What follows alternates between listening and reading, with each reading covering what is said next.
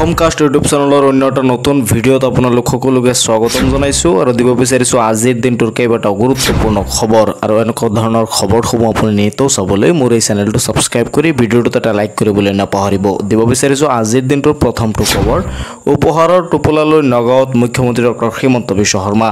আজি নগাঁৱত উপস্থিত হৈছিল মাননীয় মুখ্যমন্ত্ৰী ডক্টৰ হিমন্ত বিশ্ব শৰ্মা। তেওঁ নগাঁৱত উপস্থিত হৈ কেইবাটাও ঘোষণা কৰিছে আৰু মহিলা উদ্যমিতা আঁচনিৰ অধীনত 26,685 গৰাকী মহিলাক 10,000 টকাৰ চেক প্ৰদান কৰিছে মুখ্যমন্ত্ৰীগৰাকীয়ে। আজি নগাঁৱত উপস্থিত হৈ 26,685 গৰাকী মহিলাক 10,000 টকাৰ চেক প্ৰদান কৰিছে ৰাজ্যৰ মুখ্যমন্ত্ৰী ডক্টৰ হিমন্ত বিশ্ব শৰ্মাই। মুখ্যমন্ত্ৰীৰ মহিলা উদ্যমিতা আঁচনিৰ চেক বিতৰণৰ বাবে নগাঁৱত উপস্থিত হৈছিল ৰাজ্যৰ মুখ্যমন্ত্ৰী ডক্টৰ হিমন্ত বিশ্ব শৰ্মা। মুখ্যমন্ত্ৰীৰ মহিলা উদ্যমিতা আঁচনিৰ চেক বিতৰণৰ বাবে আজি উপস্থিত হৈছিল নগাঁৱত ৰাজ্যৰ মুখ্যমন্ত্ৰী ডক্টৰ হিমন্ত বিশ্ব শৰ্মাই। তেওঁ নগাঁৱত উপস্থিত হৈ 26,685 গৰাকী মহিলাক মহিলা উদ্যমিতা আঁচনিৰ অধীনত 10,000 টকাৰ চেক প্ৰদান কৰিছে। নগাঁৱৰ মাজমজিয়াত আৰু কেইবাটাও কাৰ্যসূচীত অংশগ্ৰহণ কৰিছে ৰাজ্যৰ মুখ্যমন্ত্ৰী ডক্টৰ হিমন্ত বিশ্ব শৰ্মা। তেওঁ মহিলা উদ্যমিতা আঁচনি নহয় আৰু কেইবাটাও গুৰুত্বপূৰ্ণ কাৰ্যসূচীত অংশগ্ৰহণ কৰিছে ৰাজ্যৰ মুখ্যমন্ত্ৰী ডক্টৰ হিমন্ত বিশ্ব শৰ্মা। ৰাজ্যৰ মুখ্যমন্ত্ৰী আজিয়ে নগাঁৱত উপস্থিত হৈছিল। নগাঁৱৰ SBI সন্মুখত পথছোৱা গৌৰৱ পথ হিচাপে নামাকৰণ কৰিব ৰাজ্যৰ মুখ্যমন্ত্ৰী ডক্টৰ হিমন্ত বিশ্ব শৰ্মাই। যুটীয়া স্বাস্থ্য সঞ্চালকৰ কাৰ্যালয়ত উদ্বোধন কৰিছে ৰাজ্যৰ মুখ্যমন্ত্ৰী ডক্টৰ হিমন্ত বিশ্ব শৰ্মাই। যুটীয়া স্বাস্থ্য সঞ্চালকালয়ৰ কাৰ্যালয়ও আজি উদ্বোধন কৰিছে ৰাজ্যৰ মুখ্যমন্ত্ৰী ডক্টৰ হিমন্ত বিশ্ব শৰ্মাই। আজি উপস্থিত হৈছিল নগাঁৱত। দিব বিচাৰিছোঁ পৰৱৰ্তী খবৰ আৰু পৰৱৰ্তী খবৰটো এটা গুৰুত্বপূৰ্ণ খবৰ আৰু এই খবৰটো উচ্ছেদ অভিযানক লৈ আহিছে। গোৱালপাৰাত আকৌ চলিব বুলডোজাৰ একশ্যন। গোৱালপাৰাত আকৌ উচ্ছেদ অভিযান আৰম্ভ হ'ব। 15 দিনৰ ভিতৰত খালী কৰক ঘৰ। গোৱালপাৰাত ইতিমধ্যে জাননী প্ৰকাশ কৰা হৈছে। বেদখলকাৰীলৈ নটিচ জাৰি কৰিছে গোৱালপাৰা প্ৰশাসনে। বেদখলকাৰীলৈ ইতিমধ্যে নটিচ প্ৰদান কৰা হৈছে। দীঘলীয়া তালিকালৈ সাজু হৈছে প্ৰশাসন। গোৱালপাৰাত 15 দিনৰ ভিতৰতে উচ্ছেদ অভিযান চলিব। ঘৰে ঘৰে প্ৰশাসনে জাৰি কৰিলে জাননী। ইতিমধ্যে জাননী জাৰি কৰিছে প্ৰশাসনে ঘৰে ঘৰে। গোৱালপাৰাত 15 দিনৰ ভিতৰতেই আকৌ উচ্ছেদ অভিযান আৰম্ভ হ'ব। বেদখলকাৰীক বান্ধি দিয়া হ'ল 15 দিনৰ সময়সীমা। বেদখলকাৰীক মাত্ৰ 15 দিনৰ সময়সীমা দিয়া হ'ল আৰু এই 15 দিনৰ ভিতৰতেই গোৱালপাৰাত উচ্ছেদ অভিযান আকৌ আৰম্ভ হ'ব। নৱেম্বৰ মাহৰ প্ৰথম সপ্তাহত গোৱালপাৰাত আকৌ চলিব উচ্ছেদ অভিযান। নৱেম্বৰ মাহতেই গোৱালপাৰাত উচ্ছেদ অভিযান চলিব বুলি প্ৰশাসনে ইতিমধ্যে জাননী প্ৰকাশ কৰিছে। বেদখলকাৰীক বান্ধি দিলে মাত্ৰ 15 দিনৰ সময়সীমা। মাত্ৰ গোৱালপাৰাবাসীৰ হাতত 15 দিনৰ সময়সীমা আছে আৰু 15 দিনৰ পাছতেই আকৌ আৰম্ভ হ'ব গোৱালপাৰাত এক বৃহৎ উচ্ছেদ অভিযান। এই জাননী প্ৰকাশ কৰে গোৱালপাৰা প্ৰশাসনে।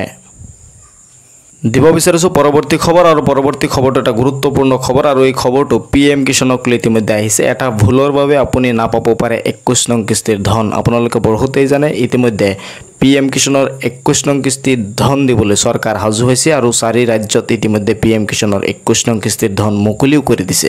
গতিকে অসমতো অতি সোনকালে PM কিষাণৰ 21 নং কিস্তিৰ ধন মুকলি কৰিব চৰকাৰে। আৰু আপুনি যদি এই ভুলটো কৰে তেনেহ'লে PM কিষাণৰ 21 নং কিস্তিৰ ধনৰ পৰা বঞ্চিত হ'ব। কি ভুল কৰিব নোৱাৰিব আপুনি আৰু কি কাম কৰিলে আপুনি PM কিষাণৰ 21 নং কিস্তিৰ ধন পাব জানিব পাৰিব। সবিশেষ বাধ্যতামূলক EKYC নকৰাসকল বঞ্চিত হ'ব পাৰে ধন লাভৰ পৰা। আপোনালোক EKYC যদি নকৰে তেনেহ'লে PM কিষাণৰ 21 নং কিস্তিৰ ধনৰ পৰা আপুনি ডাইৰেক্ট বঞ্চিত হ'ব। আপুনি ধন নাপায়। 21 নং কিস্তিৰ ধন পাবলৈ কৃষকে কৰিব লাগিব বাধ্যতামূলক EKYC। প্ৰতিজন কৃষকে ইতিমধ্যে কি কৰিব লাগিব PM কিষাণৰ 21 নং কিস্তিৰ ধন পাবলৈ EKYC কৰাটো বাধ্যতামূলক। EKYC কৰিবই লাগিব। EKYC সম্পূৰ্ণ নকৰিলে বঞ্চিত হ'ব 21 নং কিস্তিৰ ধনৰ লাভৰ পৰা। আপুনি 21 নং কিস্তিৰ ধন নাপাব যদি PM কিষাণৰ 21 নং কিস্তিৰ ধন পাবলৈ EKYC কৰাটো বাধ্যতামূলক। আৰু নৱেম্বৰ মাহৰ প্ৰথম সপ্তাহতেই PM কিষাণৰ 21 নং কিস্তিৰ ধন চৰকাৰে মুকলি কৰিব। দিব বিচাৰিছোঁ পৰৱৰ্তী খবৰ আৰু পৰৱৰ্তী খবৰটো এটা গুৰুত্বপূৰ্ণ খবৰ। জিঅ'টেক কৰিবলৈ ধন বিচাৰিছে নেকি আপোনাক? ইতিমধ্যে জিঅ'টেকিঙৰ কাম চলি আছে। আপোনালোকে হয়তো জানে আজি লাষ্ট ডেট আছিল। যদি আপোনাৰ জিঅ'টেক কৰা নাছিলে আজিৰ দিনৰ ভিতৰত আপোনালোকে জিঅ'টেক কৰি সম্পূৰ্ণ কৰিব লাগিব। আৰু জিঅ'টেক যদি কৰা নাই তেনেহ'লে আপুনি চৰকাৰী ঘৰৰ পৰা বঞ্চিত হ'ব। চৰকাৰী ঘৰৰ নামত যদি কোনোবাই আপোনাৰ পৰা টকা বিচাৰিছে তেনেহ'লে আপুনি ফোন কৰি অভিযোগ দিব পাৰিব। অভিযোগ দিলেই আপোনাক সেই প্ৰশাসনে এটা বিহিত ব্যৱস্থা ল'ব। অভিযোগ পালে গ্ৰেপ্তাৰ হ'ব পাৰে পঞ্চায়তৰ সচিব জিআৰএছ আৰু জেপিচি যিয়ে নহওক কিয় আপোনাৰ পৰা যদি চৰকাৰী ঘৰৰ নামত কোনোবাই টকা বিচাৰিছে বা চৰকাৰী যিকোনো আঁচনিৰ নামত যদি আপোনাৰ পৰা টকা বিচাৰিছে তেনেহ'লে আপুনি অভিযোগ দিব পাৰে আৰু অভিযোগ দিব বিচাৰিছে এটা গুৰুত্বপূৰ্ণ খবৰ আৰু যিসকলে ইতিমধ্যে জিঅ' টেকিঙৰ কাম সম্পূৰ্ণ কৰিছে তেওঁলোকৰ বাবে ইতিমধ্যে আহি গৈছে এটা ভাল খবৰ লাখ লাখ লোকে নতুনকৈ লাভ কৰিব চৰকাৰী ঘৰ ইতিমধ্যে চৰকাৰে নতুনকৈ 7 লাখ লোকৰ ঘৰ দিয়াৰ লক্ষ্য হিমন্ত বিশ্ব শৰ্মা চৰকাৰে নতুনকৈ 7 লাখ ঘৰ দিয়াৰ লক্ষ্য নিৰ্ধাৰণ কৰিছে গতিকে আপুনি যদি জিঅ' টেকিং কৰিছিলে আপোনাৰ কাৰণে ভাল খবৰ আপুনি অতি সোনকালে চৰকাৰৰ ঘৰ পাবলৈ গৈ আছে চৰকাৰে প্ৰথম কিস্তিৰ ধন অতি সোনকালে মুকলি কৰিব হিমন্ত বিশ্ব শৰ্মা চৰকাৰৰ বৃহৎ ঘোষণা যিসকলে জিঅ' টেকিং কৰিছে অতি সোনকালে আপুনি চৰকাৰী ঘৰ পাবলৈ সক্ষম হ'ব সকলো দুখীয়া লোককে সাঙুৰি ল'ব এই আঁচনিয়ে যিসকলৰ নেকি কেঁচা ঘৰ আছে সকলোৱে চৰকাৰী ঘৰ পাব বুলি ইতিমধ্যে ঘোষণা কৰা হৈছে প্ৰধানমন্ত্ৰী আৱাস যোজনা আৰু মুখ্যমন্ত্ৰী আৱাস যোজনাৰ অধীনত লাভ কৰিব এই ঘৰ প্ৰধানমন্ত্ৰী আৱাস যোজনা আৰু মুখ্যমন্ত্ৰী আৱাস যোজনাৰ অধীনত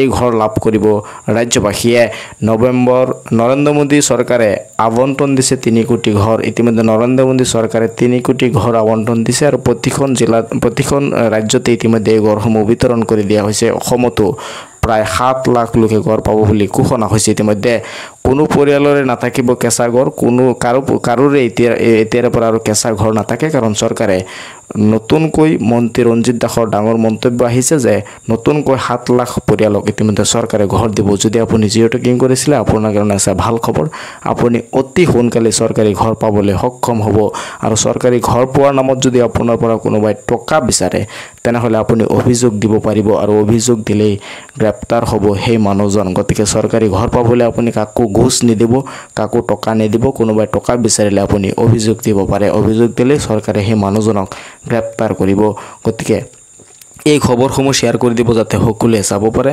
মোৰ এই চেনেলটো সাবস্ক্ৰাইব কৰি ৰাখিব যেতিয়া মই পৰৱৰ্তী ভিডিঅ' আপলোড কৰোঁ আপোনালোকে অতি সহজতে সেই ভিডিঅ'সমূহ চাব পাৰিব চাই থাকিব আপোনালোকৰ আপোন চেনেল অসম কাষ্ট